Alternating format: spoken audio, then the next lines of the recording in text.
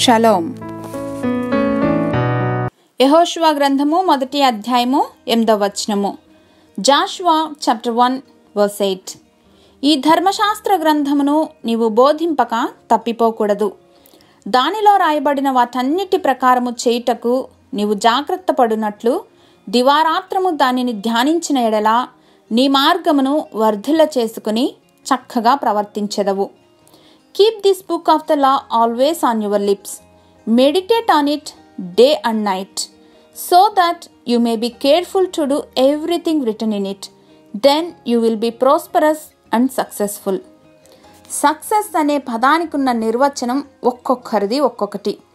ఆ యొక్క విజయాన్ని పొందుకోవటానికి ఎన్ని కష్టాలకైనా ఎదురీదుతాం. ఎందుకంటే we want it so badly.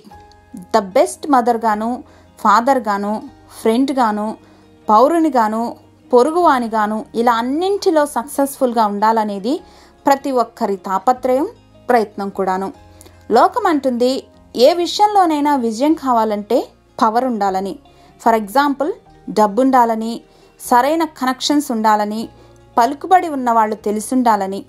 వీటి కొరకు ప్రక్కవారి కన్నా ఒక అడుగు ముందే ఉండాలి. అక్కడే ప్రాబ్లం అంతా. దేవుడు జాషువాతో ఏమన్నారు? నీ ముందర ఉన్న మార్గమంతా పోరాటాలే, కానీ భయపడవద్దు, జడియవద్దు.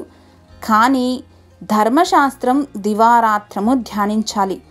So that you may be careful to do everything written in it. అప్పుడు నీ మార్గమును వర్ధిల్ల చేసుకుని చక్కగా ప్రవర్తించెదవు. Then you will be prosperous and successful. Hallelujah. ఇదన్నమాట సక్సెస్ మంత్రం, విజయ రహస్యం. ఇంకెందుకు ఆలస్యం? Let us live for cause, not for applause. So, quit trying to live for the applause. అప్పుడు మనలను చూచేవారు మనలను కాక మనలోని యేసయ్యను చూస్తారు. ఆ బ్రతుకు దేవునికి మహిమకరం, మనకు ఆశీర్వాదం.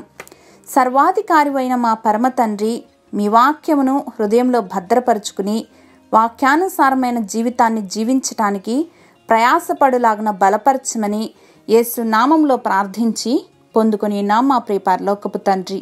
ఆమెన్.